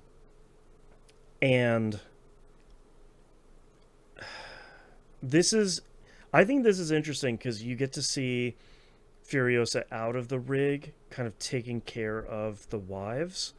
Yeah, this is the first full reveal of the wives, who is most. I wasn't getting one before. Most of these women are supermodels. Like, yeah, most of them are genuine Zoe supermodels. Kravitz is one of them. The main Yes. one is also an actor whose name I will probably never remember. The Splendid Angarad is the character name. But I like that you get this horrible shot of them taking off the chastity belts, which is just Yeah, because Max has got like he can't get rid of Nux, so he's got Nux over his shoulder while he's carrying the door that the chain is threaded through. That's right, I forgot about him carrying the door and Nux.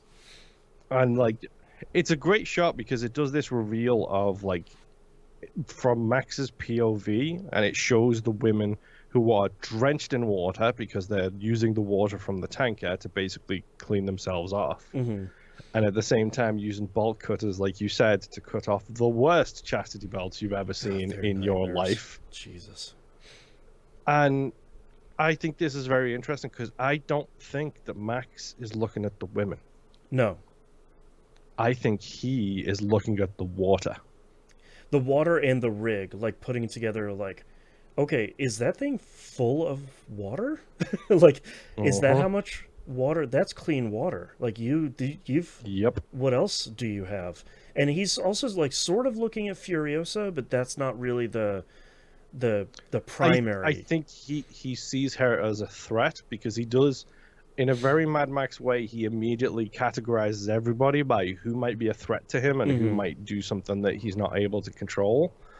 Because, like, he holds out his shotgun and he's like, water.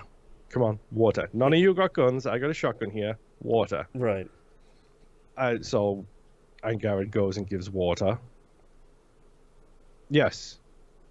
Angarad gives him water, and then she backs off, and then he does the shot from my t-shirt where he's holding the chain out. And then I think it's Toast the Knowing, which is Zoe Kravitz, goes to, no, it's the Dag, goes to hand the bolt cutters to Furiosa, and he's like, That's you. right. Yeah, I didn't ask her to do it. I know what's going on. She's here. the one who looks like she's been in the wasteland a while. Right. She's gonna kill me with the bolt cutters. You'll try anything. Yeah. Yes. Which she tries to. Yeah. And yeah, Angarad can't, or not Angarad, the Dag can't do it by herself. And I love the shot as he's looking at the chain, trying to figure out why she can't do it. The war party's approaching from behind. And then all of a sudden you just see Furiosa hit him like a freight train. Just books at him, dude. Like, And the whole time she's like a coiled snake too. She's there, and you can see the tension, you can see the readiness. Yep. She's waiting for a moment. Yep. And I this is one of my favorite fight scenes in the movie, where there's a lot of manipulation of that chain to like pull him off of Furiosa and pull him away from Nyx, and Nyx is pulling Max towards him, and like there's a push and pull the whole time. Nux. No, I'm never gonna get it right. Somebody I'll just put a thing Nux, and I'll just redub it over. Yeah, it'll be fine. I'll do my own ADR over everything. Yeah. I do like the fact that she immediately pulls the trigger though, She gets the shotgun off him. She has him on the ground, and she pulls that trigger Yeah, there's immediately. no hesitation. Like, she knows she needs to just get rid of him. And what happens is the shell is bad. Yep. Shock of shocks. In a Mad Max movie, the shotgun shell is bad. Yeah, in a Mad Again. Max movie, Max's shotgun doesn't work. Case surprise. It's a, like you said, it's a great fight sequence. It's Yep. phenomenally edited. Yeah. So this movie won an Oscar for its editing. Okay. Weirdly enough, it's George Miller's wife who edited the movie. I did see that because I saw something from her that she spent. It came up with like 3,600 hours of film footage or something from this movie. She spent 3 months watching it before she edited it. Like, it just an impossible, and edited really well. And for a fight scene like this, that's a bit more of a complicated one, very readable. Like, we run into movies that have struggle with this stuff of like, where is everybody? What is everybody doing? It's very readable and very understandable. So one of the things that he said, when he asked her to edit it, she said, "Why? I've never edited this kind of movie before." And he said, "That's why I want you to do it, because if someone else edits it who've done action movies, it's just going to be like every other action movie." And I think that is a genuine strength of this movie, is it does not look or edited like every other action movie. Right. It's kind of funny. I was thinking recently about it. There's a sort of infamous Nine Inch Nails remix of Last by Butch Vig, the famous, like, he was in Garbage. He's this famous producer. And somebody asked him, like, hey man, why didn't you release this remix, back in 97 or something? And he said, Butch Vig does what he does best. And he just turned it into a rock song. And that's not what I wanted. And it's interesting to hear him say, like, I don't want an action movie editor to edit this. I don't want it to be another action movie. I want this to be something different. I think part of what that makes that fight scene so special too, and I think I'm right when I say this, but they show the same sections of the fight from different angles. So it will play, like, it will focus on Furiosa and Max for like 4 seconds, and then it will cut over to Nux and the wives having a fight, but it's the same 4 seconds because the same actions that Max and Furiosa are doing are happening in the background. Sure. So you're getting the full fight just from different angles interplayed with each other at the same time. Interesting. That's my jacket. Oh, he's so pissed about the jacket. It's so good. Like, him being pissed about the jacket in the car in a way that, like, I think Tom Hardy does a pretty okay accent here. He's British. His facials are what sells it in this. I mean, he's British, so they can do every accent. The people who do the best American accent are British people, which is really great. But, like, I love how pissed he is about both of those things, of just like, and like Nux is like, you can ask for more than a jacket, dude. Like, we're gonna get everything we ever want. I want to drive the war rig. That's what I want. And he just knocks him out. I love that that's his dream, yeah. And I love too when Max steals the rig here, he makes it a little bit and it just dies because he doesn't know. And Furiosa knows, because Furiosa's like, get your stuff, run. Yep. I'm sorry it hurts. Out here, everything hurts. Oh no, you got shot. You got grazed in the leg a bit splendid, Angarad. Deal with it. Right. Like, welcome to the real world. Yep. Like, this is what you wanted. You're gonna have to deal with it. Also, like, spoiler alert: Max killed Angarad because that's what causes her to have issues later on. I'm just saying. Right. Future proof there. Yeah. This is leading to my favorite sequence in the entire movie. Okay. When they get through the mountains, which I love the fact that Max is like, we don't go through the mountain, we go around it. Yeah. We don't go through the mountain. And then it's like, oh look, there's to the right, there's the Gastown boys. Oh look, to the left, there's the People Eaters people. That shot of, like, the two, if you thought Joe's army of cars was big, seeing two other ones sort of flanking and kind of like buzzards kind of starting to find their way over. So good. Yep. And like Furiosa's like, yeah, I made a deal. Hmm. So we're gonna go in. Everyone's gonna hide because it's only supposed to be me. I'm supposed to be Yep. alone. What do I call you if things go south, and you need to drive the rig? Which, if you do need to drive the rig, here is the combination to make sure Right. it doesn't, the kill switch doesn't engage. And he just like he doesn't answer. I love It's just his like, answer okay, when I is, yell, does it matter? And it's just like, yes, oh, that's a Max answer. Also, it's a good yep, Road Warrior name of just like, no one knew his name. So I called him Fool. yep. So when I yell "fool," drive like hell, His basically. his face to her is just like, the hell, man. Really, why you Like, call me fool? yep. I've already gathered all of the guns in the rig at this point, which is a great sequence of grunts from him, where he's just like, "Oh, totally forgot." Mm-hmm. The way she persuades him, where he's like, "Only you can come," and she's like, "No, we all come, or nobody goes." Yeah. And he's like, "Okay, we can wait." And her response is like, "There's so much food. This is how great the rig is that you're sitting on. Blah blah blah. Nothing is working. Do you want that thing off your face?" Yeah, and like him like flicking his eyes to her when she says that of just like, maybe. Yeah. And then he immediately like jumps over and everybody gets on board. Anyway, that's a great moment. Yep. But like this whole sequence where the mountain riders are like, "You said you'd be followed, maybe." That's 3 war parties. Just the like the confusion of just like, this is so radically different from what we were talking about in a terrible way. This is not anywhere close to the deal we struck, man. Come on. Yup. I like this. This is my favorite sequence where he drives the car, or he drives the rig, and Yep. she like runs up behind it, climbs in, and as she's climbing through into the cockpit, he's already got the gun out for her to take the gun from him because he knows that stuff is about to go down. It's such a cool He shot. just spent 5 minutes going and clicking and pointing to all of the guns in the thing, but then the second the chips are all down, he's like, "Oh no, you need this. Here's your Take this gun." blunderbuss. Like this sequence with the bike riders, the desert chase, the fire bombs going off everywhere. Oh my god.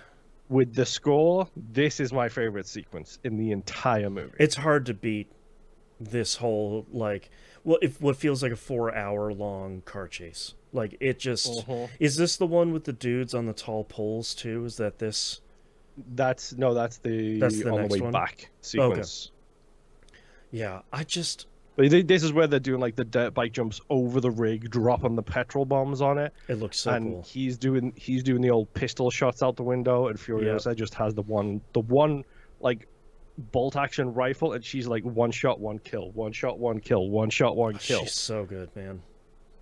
And they do that great thing where they firebomb the bonnet, the front of the rig, and it's on fire, and she just leans down and flips that switch that puts the ram down. Yeah. It hits the sand kicks up all over the front of it, puts the fire out, and then as it gets put out, it zooms into the intakes on the front engine, and as they open, it goes and makes a breathing in noise. Oh, that inhale is so cool. It's that entire sequence is gold to me. Yeah. I will watch that sequence on YouTube time and time again because it's just incredible. And seeing bikes jump over this monstrous 18-wheeler looks cool every time. That's just gonna look cool. Whatever part of your brain that tickles, where you're just like, yep, that's incredible. I love it. Yeah. Yeah, that's when Joe with his huge monster truck appears too. Right. With Rictus in the back with the flamethrower. And Joe's lieutenant has to be like, "Rictus, no more fire. Think of the wives." Oh my god. Yeah. It's great. And then Angarad saves everybody because she sticks sorry, we did forget to mention at this point. A very pregnant Angarad sticks herself out of the rig to stop Joe from shooting Furiosa. Right. Nux gets his mediocre moment here where the chain catches as he's running across the top of the rig and he falls. I love it. Joe It's a immediately is like, brutal fall. mediocre. Mediocre.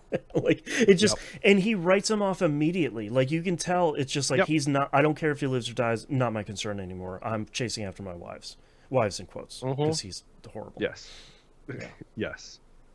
They steal the wheel of the rig at this point Oh, it's such a, by shooting it with a harpoon. it's such a good idea of like, how am I going to stop the rig? I'm going to take the wheel.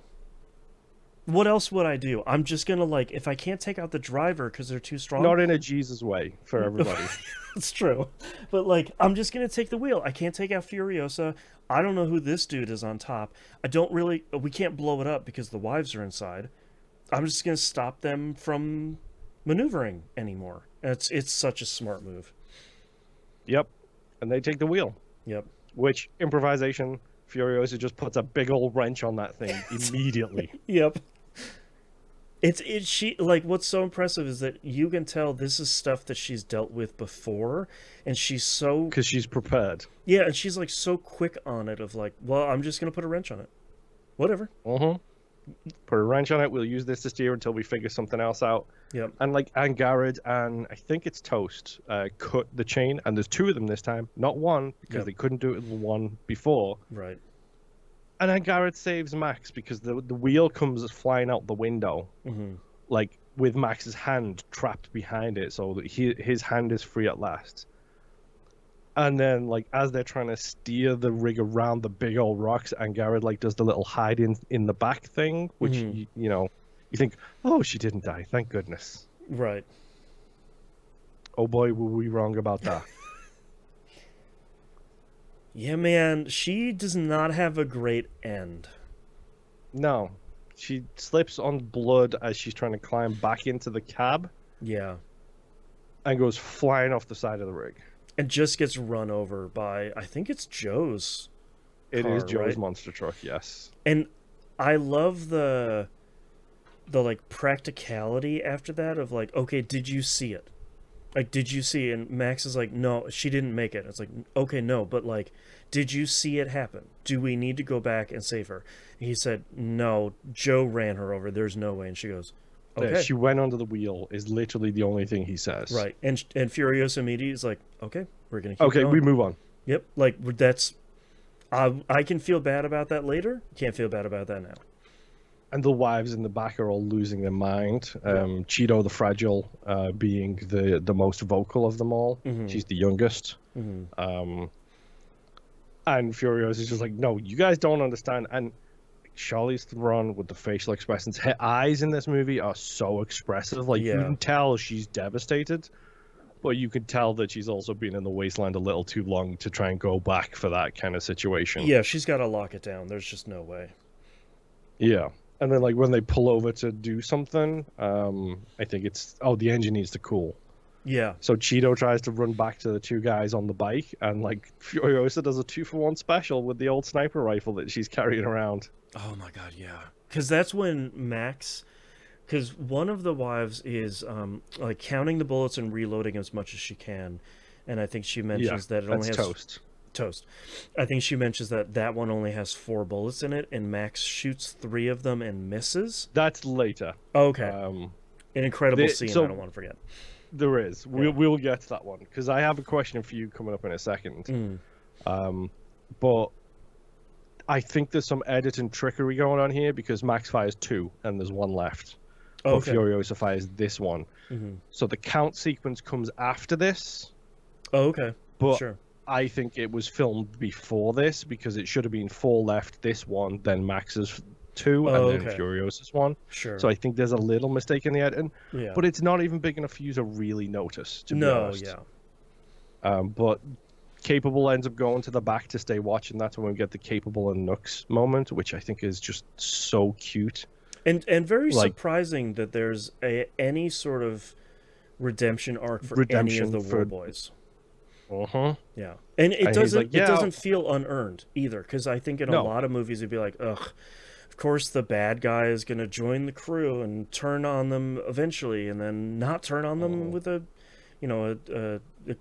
crisis of conscience. But But like he says like 3 times I've been given the opportunity and I should be in Valhalla, Yep.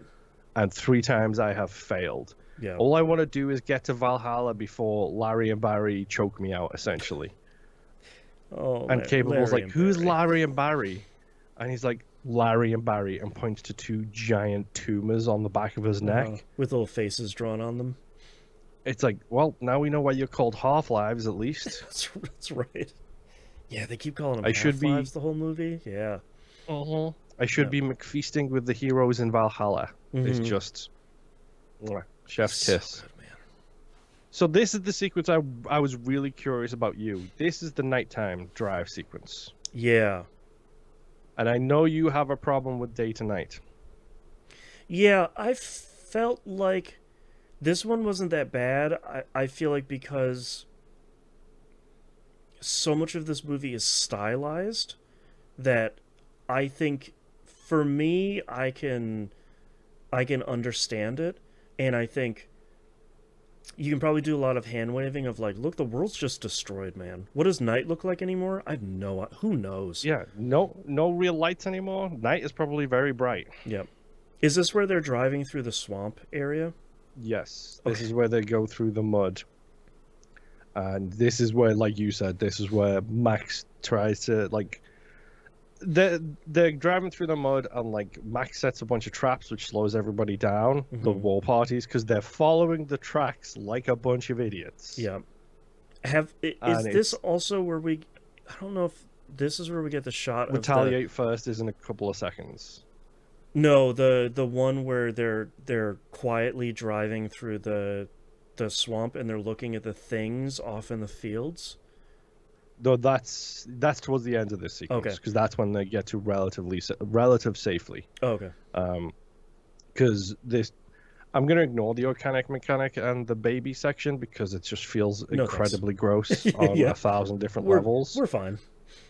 But the bullet farmer is gonna go do the job that nobody else can do because he has a tank, with a light on it. I think it's a Charger body strapped to tank treads. Yeah, it's a mean looking thing, man. They made for real, by the by. Oh my god, that's so cool. A huge shout out to props and automotive teams in movies in general, but especially on this movie.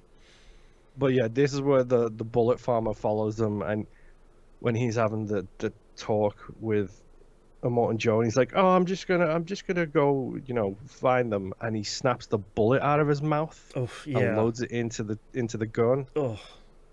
He pulls out 2 P90s and he's doing he's firing into the distance towards them. He's like, "Don't worry, just probing." It's a great line. Also, them just saying like, "Is he shooting at us?" And then like, pew pew pew. Yeah, Cheeto's like, "Does he know he's shooting at us?" So good. And yes, this is where you get the sniper sequence of Max pulls out the big sniper rifle, gets on one knee, and he fires 2. And I love the fact that they don't talk. Yes. But Furiosa is behind him doing the itchy fingers thing. Gimme.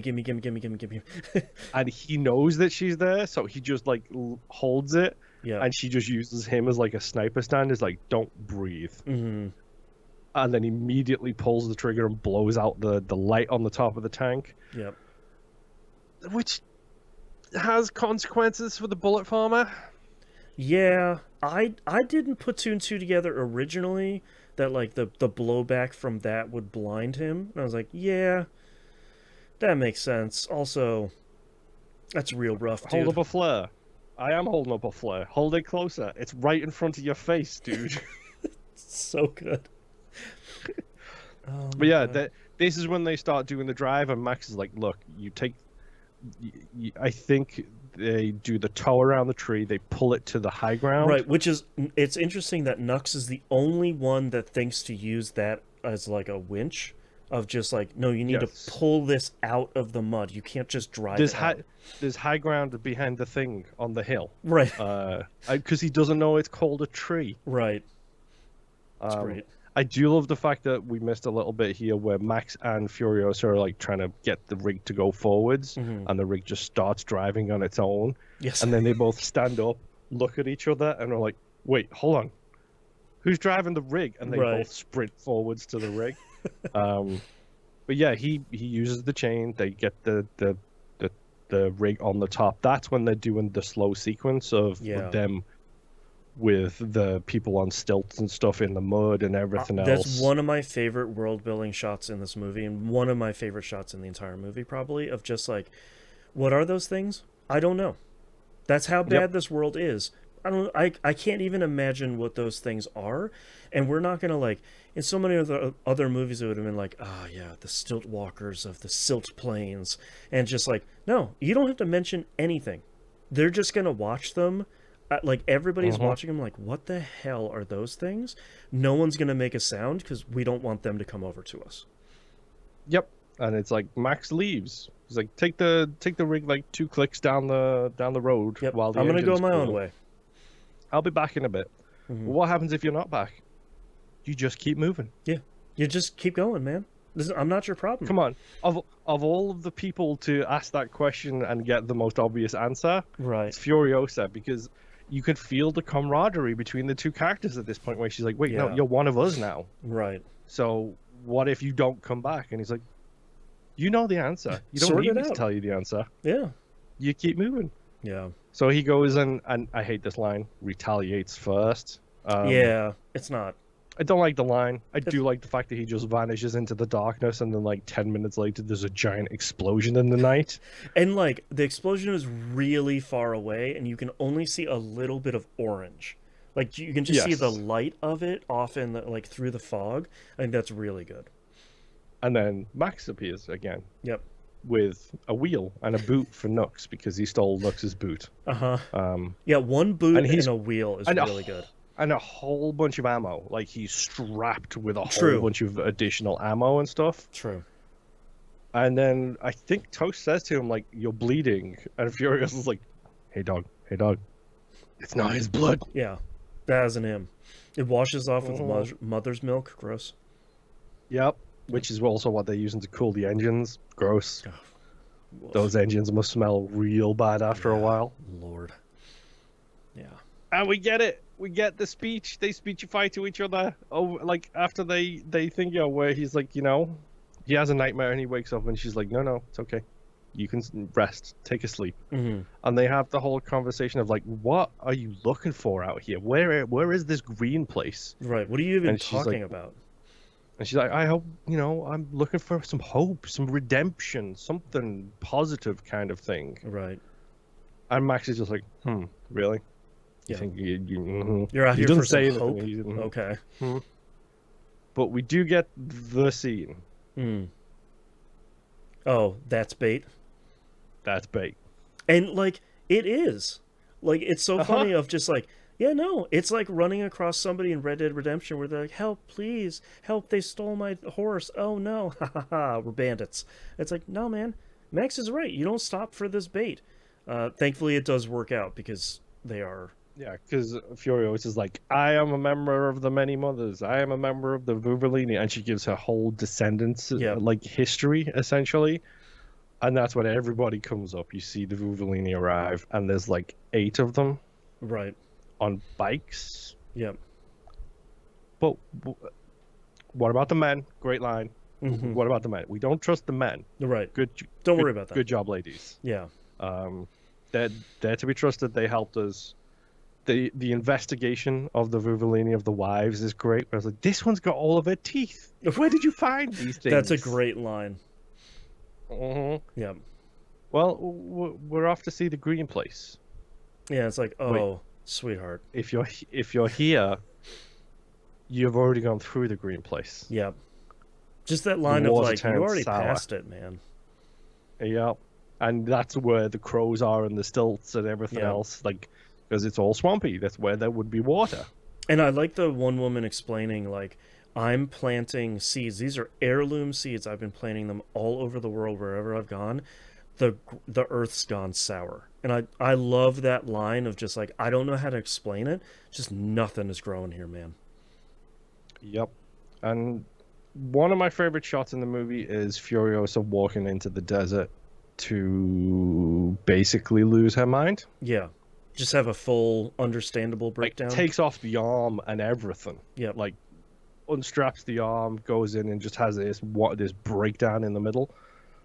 If you watch the Cinema Wins, you'll see that specific shot in the black and chrome edition, and it's gorgeous on so many different That's levels. my next viewing of this movie is the black and chrome edition, because that has to be so cool. Yeah. But yeah, so they're gonna load up the bikes with as much fuel as they can. They should be able to go 160 days with all of the fuel that they have. I love that it's days and not kilometers. I think that's not a miles, really not interesting. distance. Yes. Like, it's not distance, it's days, and I think that's really interesting. Yeah, this is the shot that you like, where it's like the rig on one side, a bike on the other. Yep. Max in the middle. Yep. Looking at the bikes leaving. Yep. What are you gonna do, man? Yep. So the really funny thing is they're heading over salt flats as well, which is just like, hey, is that where the ocean used to be? Yeah, that was my question too. Of like, did they hit the Australian coast? Is that why it's salt flats now? Yeah, they're going to the place that the party from number 2 went to, the Paradise Peaks or whatever that beach was called. I don't remember what it was. Yeah, Paradise Coast, something like that. So yeah, something like that. Yeah. Well, Max comes up with the most genius of genius ideas. Oh my god, yeah. So he goes and cuts them off, and he gives a speech, which is like 6 lines for him. Yep. I love the shot like, too hey. of all of especially the older women taking off their goggles and just being like, "The hell's this dude doing? Like, get at it! Like, you already left. Just leave." Yep. He's like, look, I could tell you, if you go 160 days that way, you'll find nothing. Yep. You can find more of the same. But if you want to go home, go back to the Citadel. Because what's there, and it's the thing that he seemed to be enraptured by at the intro sequence. Right. It's green. Right. And it's unguarded. Uh-huh. Yeah. So we load up the rig, we turn it around, we drive straight through him, and he does all of the hand motions as well during this, really which good. I really like. And he's like, we go straight through him, and we get to the rig. We know the mountain pass is open now because they came through it. So we close it behind us. We unhitch the rig. We drop the fuel. Yep. We close the pass behind us, and we go straight to the Citadel. What are they gonna do? Why would they let you up? Well, Nux is taking them home. Yeah, like he's captured the wives, bringing them home, doing what he's supposed to do. Yeah. And I think it's the Dag who says, "I thought he wasn't crazy anymore," which is a great line. Yep. Yeah. And together we might come across some kind of redemption is a great line. Mm-hmm. And they do, in my opinion, the best handshake ever when he does the hand up thing. Yep. And he's like, are we going to do it or are we not going to do it? Are we and in she this? grabs it. And so they go back. They load up the rig. Yep. And I like that this is the decision for them is straightforward. And the decision is basically like, we do have all these seeds. This is the only place with clean water that he's been pumping out of the earth. And they're growing this stuff already. Why wouldn't we use it for something good instead of letting Joe use it to control people? Yep. So yeah, We're go, heading baby. back, baby. Let's do the entire movie in reverse now. So good. I love it. I do like the fact that as they approach the 3 war parties who are all just hanging out, Joe immediately clocks the plan. Immediately Joe gets what it is. He's smarter than I think the movie has been telling you he is. Oh, 100%. Because he's like, no. They're going back to the Citadel. It's unguarded. Mm-hmm. Let's go, dudes. Yeah. Like, we need to leave all now. 3 of us are here. Who's at the Citadel? A bunch of dumb war boys? Yeah. Not even war boys. War pups, as one of the wives says. That's right. He calls them pups. Ah, it's so good. Uh-huh. Yeah. And this is your big ending chase scene, Boston. Oh my god. Another 4-hour chase scene that I love. It's This is where we get the polecats. This is where we get I again polecats. By the way, I love the polecats so much because it's not. We don't have that verticality in any of these other movies. We got a little bit in two with the gyrocopter captain, but that was more of like almost comic relief more than anything else. And a little bit in Thunderdome. But I love just this, like, them dipping towards the rig and grabbing somebody, and just the weight of the other an side of it. engine. It's an engine It's, block, by it's the way, just is a what they're giant using. engine block, like lifting a wife at a time, basically out of the top of this rig. It's so good and looks so cool. And Yep. when they pull Max, the only stunt that I watched in this movie that almost gave me a heart attack was Max and the Warboy going all the way to the other side, and Max's head being His like head an dead close to the ground. inch from the ground as they're going, 200 kilometers an hour. I'm just like, oh god, okay. Yep. Yeah. And I love the fact that they do the plow trick where they fire a bunch of harpoons into the truck and try and plow it down to slow it down. Yep. Glory saves Max with the flashbacks and the hand to the head sequence. Yes. Where Yep. he gets an arrow to the hand, which almost hits him in the face. Kind of does a little bit of damage Also, there. a lot of those flashbacks done really well and not explained, which I think strengthens this movie a lot. Of just like, he's haunted by somebody. It doesn't. Yeah, It doesn't. you don't even need to know who it is. Right, like you get enough of it, and like we said before, you don't need this sepia toned, like, oh, here's this wonderful life I had with my family and all of this stuff. You do get, I don't remember where it happened. During one of his visions, you get the big bug eyes from the first movie. I don't know if you Happens caught like that. 2 or 3 times. Yeah, I really liked that, having that kind of through line, and that if you're gonna do a callback to the first movie, I think that's the one you do, of just like this less than 1 second flash of just like, Mm-hmm. hey, remember this thing? Yeah. This is also where the Vuvolini show that they rock really Oh my god, hardcore. they're so cool. And they seem to all follow the one shot, one kill code. They're incredible, man. On the back of the bikes, when one of them is doing the standing up on the back of the bike sequence, is fantastic. Mm-hmm. I love the Vuvolini. They're incredible. Yep.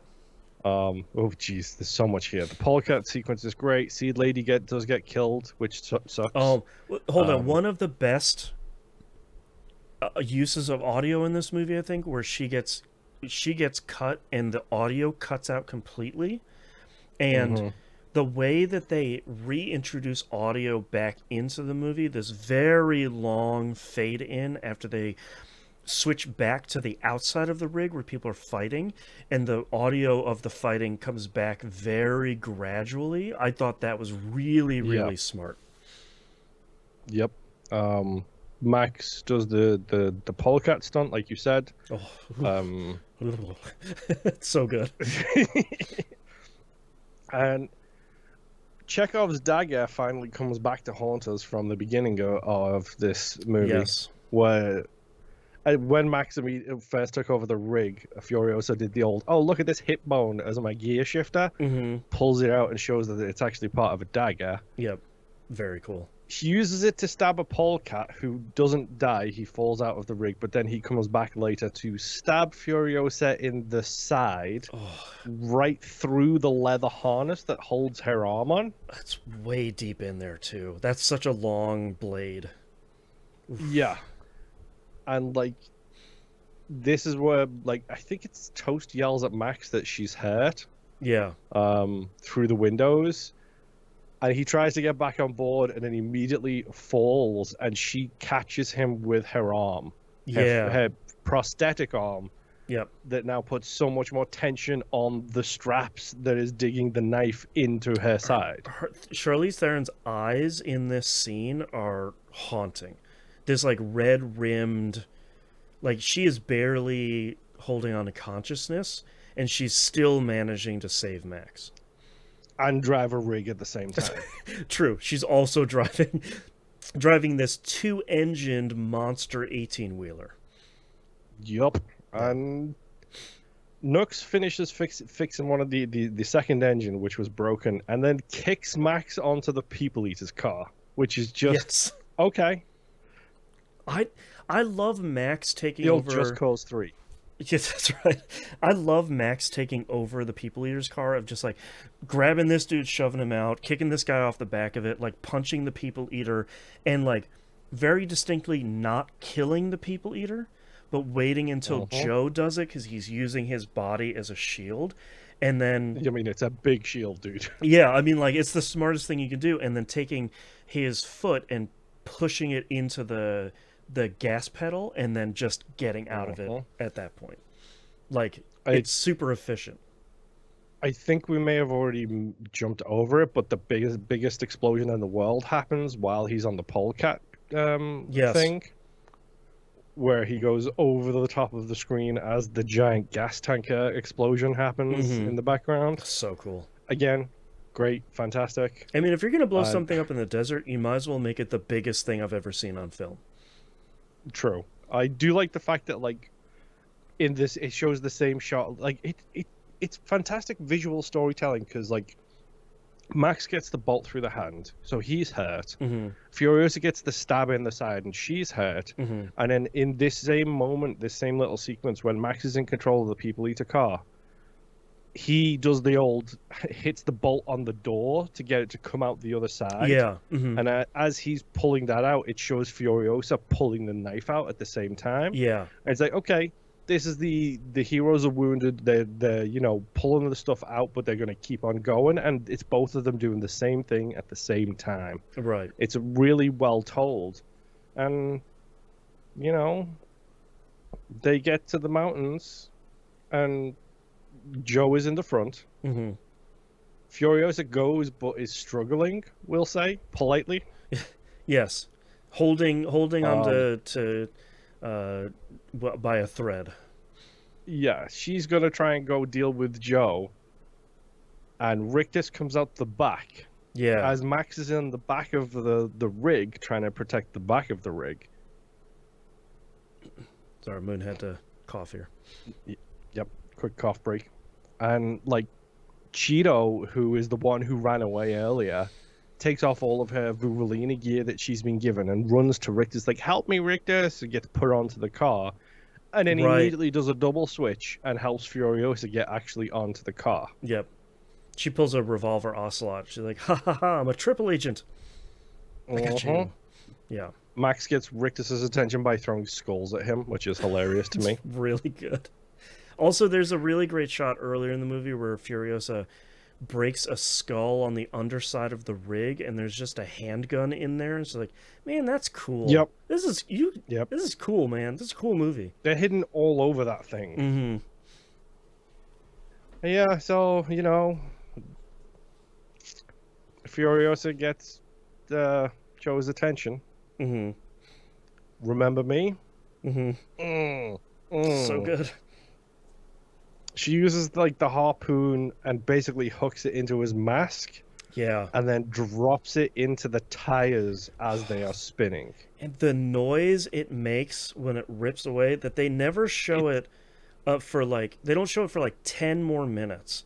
And even when they do, it's at a show distance. Like 2 frames of it right in this moment. It's like enough red that you're like, yeah, oh boy, okay. It's just it's a disgusting ripping sound. Yeah, it's just like, it's so good. It's probably the only way you could take that dude down, is just like rip most of his face off. Yeah. Yeah, everyone moves over to Joe's car except for Nux, who's going to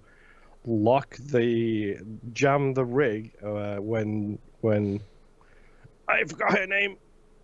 Not Cheeto, the other one. Oh yeah, Dag? Capable. No. Yes, Capable. Capable, the very violently redheaded one. Yes. Capable.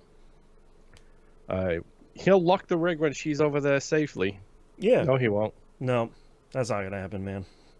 He's flipping that thing. He's landing it on top of the other dude. Yes. Rictus, yes. He sacrifices himself and the rig.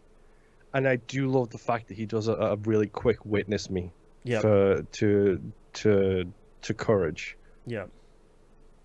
It's a really nice one, because he doesn't care about the spray. He doesn't care about any of the stuff. Right. But he gets to but have it's the his only hero thing he moment. knows. Yeah. Yeah. Yeah, he flips the rig, and everybody crashes into the back of the rig. Yep. And locks off that whole pass. Uh-huh. Yep. But don't worry, Furios has only got a punctured lung. That's right. No big deal. And is No big deal. actually dying. Yes. Yeah. I like that their And next I get, order of business is basically like, hey, quick note, Furious is dying. So should we do something about that?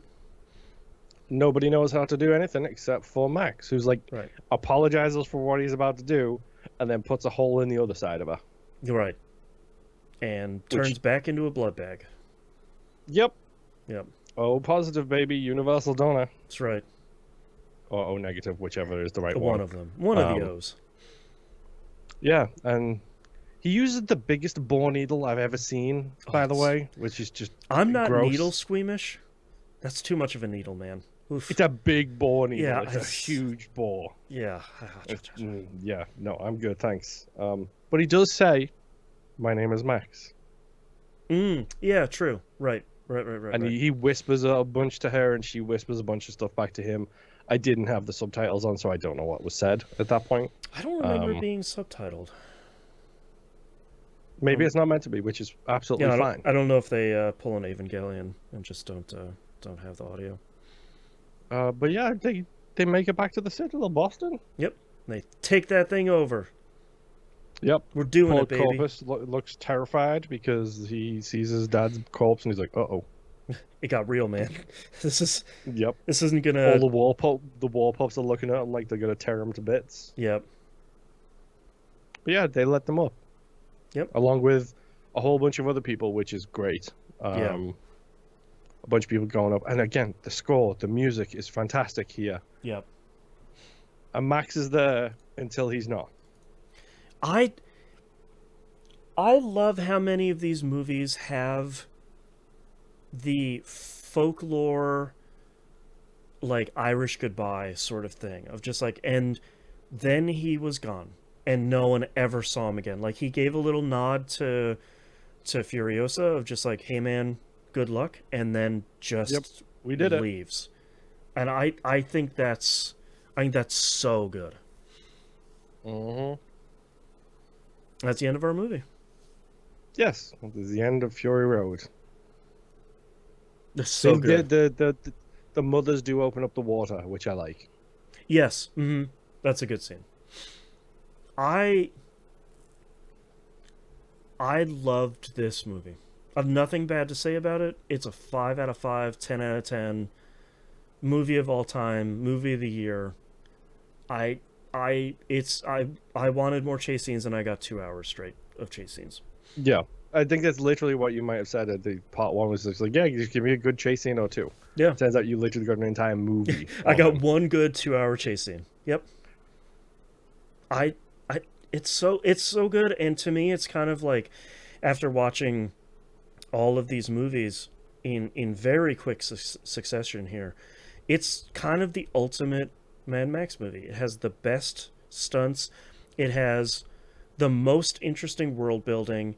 It has the coolest Max, who again isn't the main character. Furiosa is incredibly cool. And it's just it's just the storytelling is thin enough to be interesting without being in the movie's way. And I think that has to be such a hard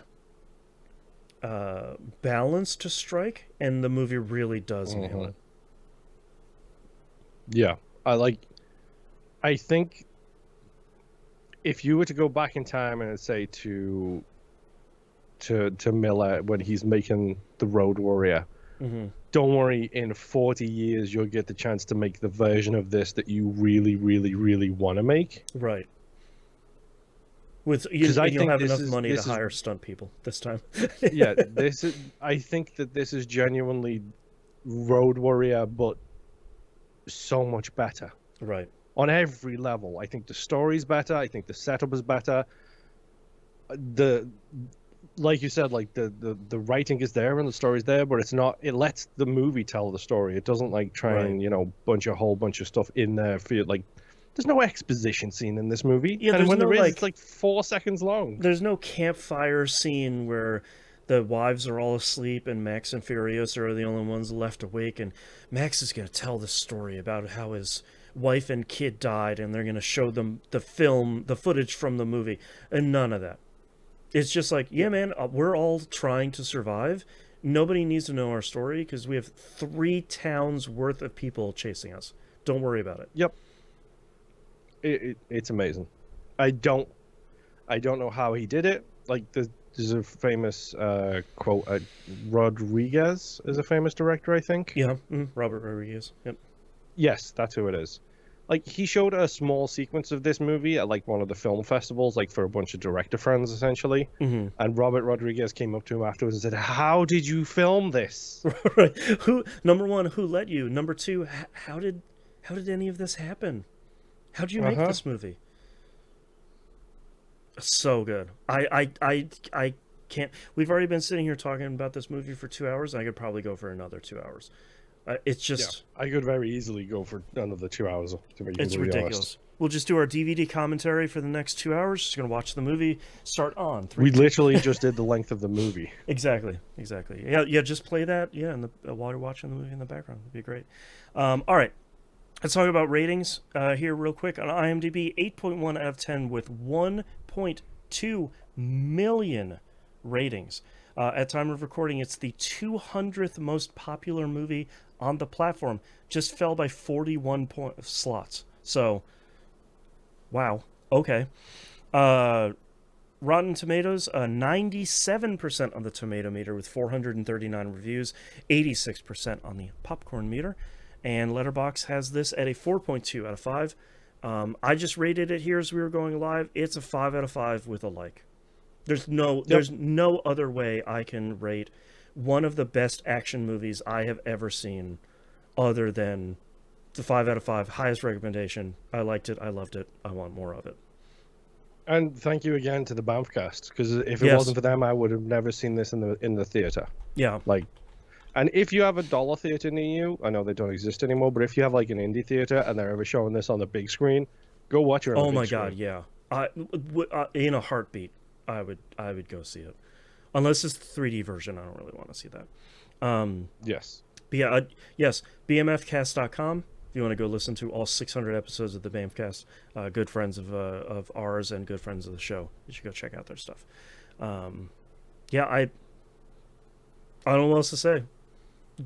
Go. I want to go watch it again, even louder than last time. Let's go check it out. All right, we have the one only Mad Max movie to win a whole bunch of Oscars. Like, understandably so. It won 6 Oscars. Jeez. And then George Miller got in legal discussions with Warner Brothers that lasted another like 10 years. But we won't talk about that. Poor George Miller. Legal problems abound. All right. One more movie left in this Mad Max season. I hope you'll join us for that next time. We'll see you then. Bye. Bye.